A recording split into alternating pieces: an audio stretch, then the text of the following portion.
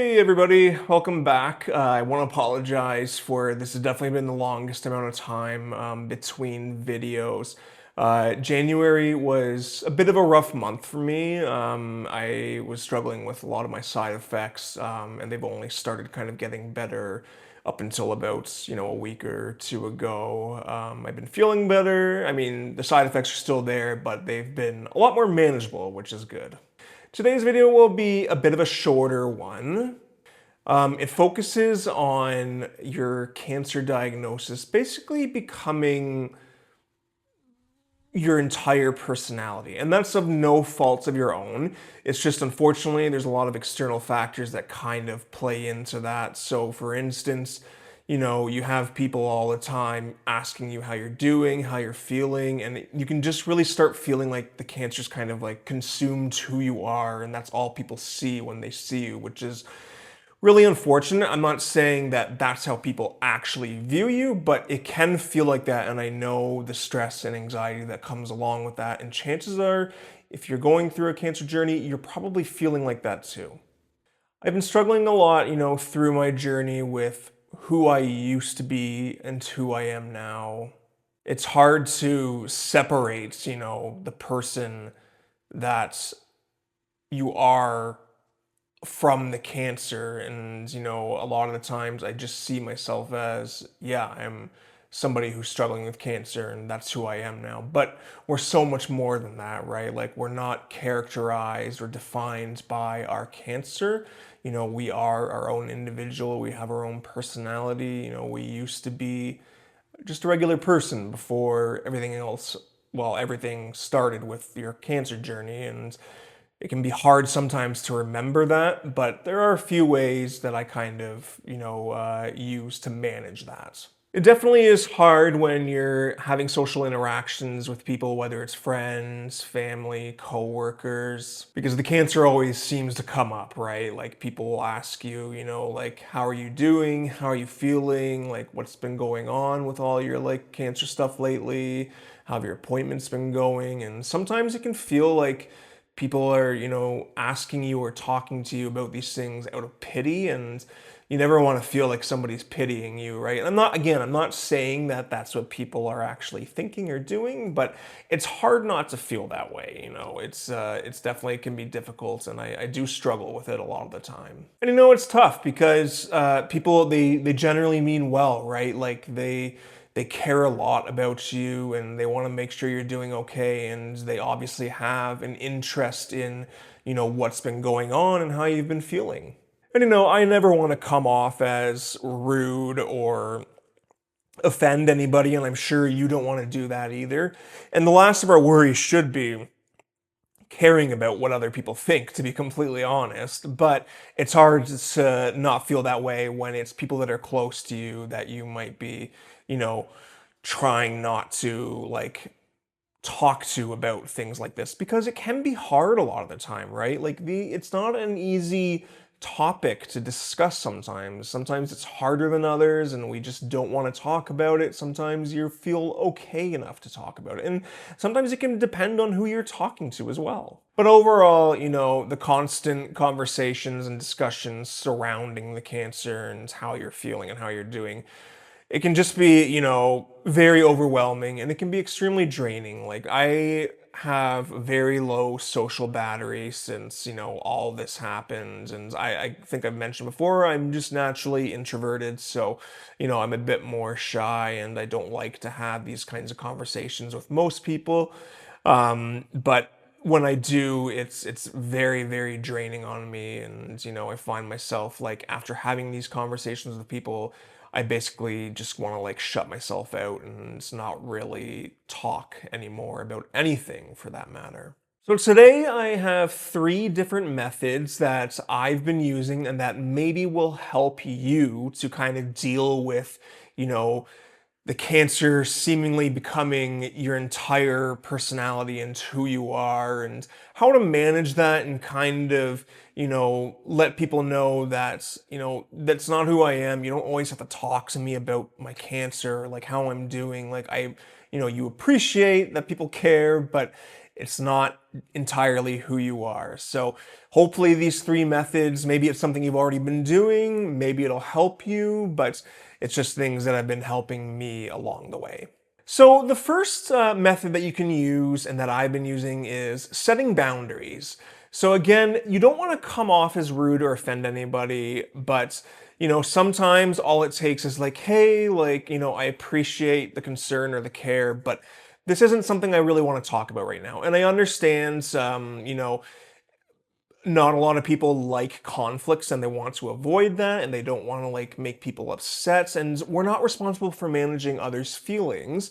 But I totally get that where you don't want to offend somebody, and obviously like if somebody's taking the time to like care about you and reach out, you want to basically have that conversation because you might feel like you owe it to them even though you don't.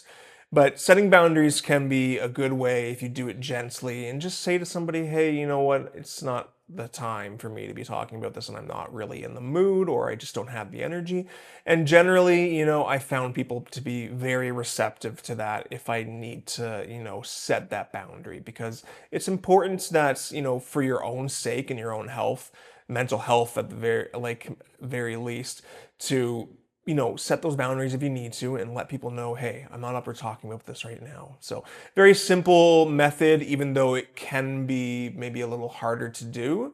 But that's just something that we have to do for ourselves sometimes. Kind of leading into my second method, you can always have your caregiver or a loved one give updates for you to people who are reaching out to you, or they can maybe set that boundary for you and they can tell people like, hey, like so and so's not up for talking about this right now, but I can give you, the details of what's been happening or how they've been feeling. My partner Megan, she's been so amazing at doing that for me at so many times. She's been my main communication method in many circumstances to let people know how I'm doing and how I'm feeling, and just kind of updates of our appointments and especially after like surgeries or treatments.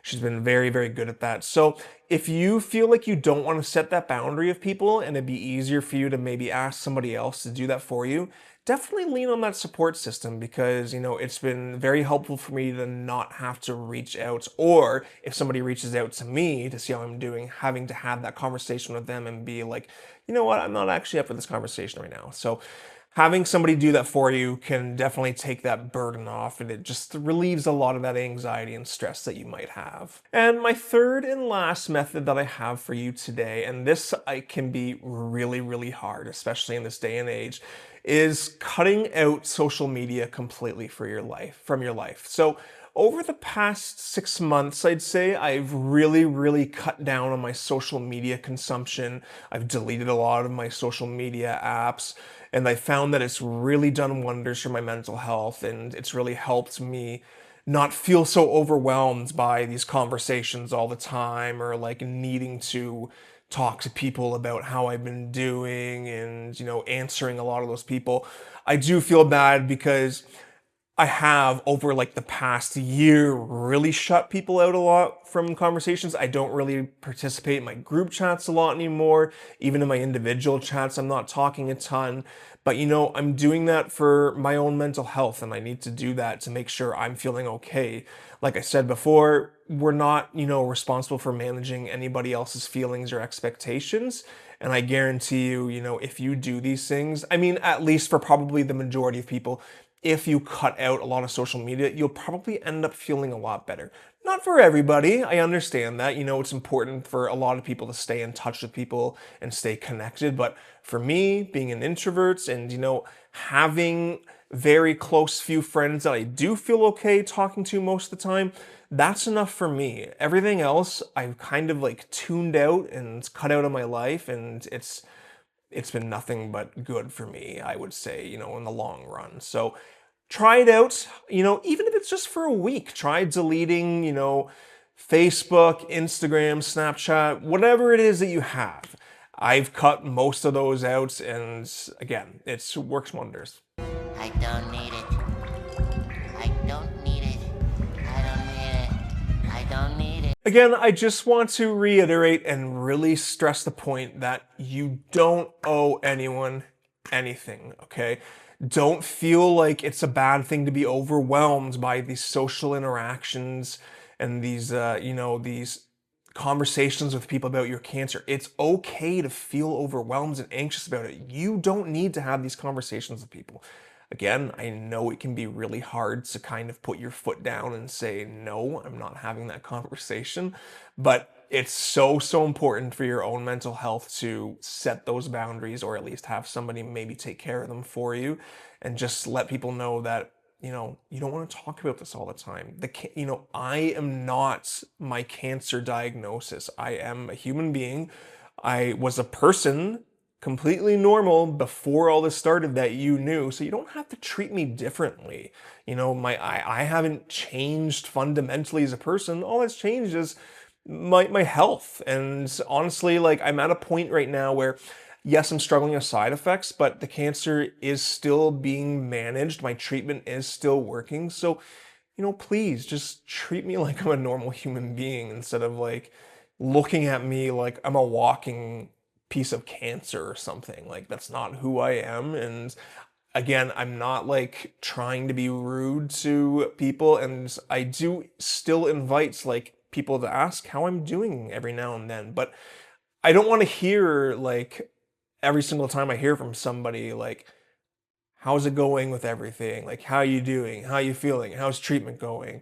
If it's somebody I haven't heard from in a while, it's completely okay. But if it's somebody I talk to on a normal basis and it's always every single time, it gets to be too much. And I would encourage you to, try and cut back on that with those people if you can. Let me know down in the comments if you have your own methods or anything, different strategies for kind of managing these social interactions and managing, your cancer not becoming in your complete personality, engulfing who you are. I'd love to hear, how you deal with it, or like the methods you've been using. Hopefully the methods that I provided today will help you. As always, if you have just a second, leave a like on the video and subscribe to the channel if you haven't already. Again, this was a short video, but I hope it was helpful in some way. But until the next time, I hope you take care, and we'll see you soon.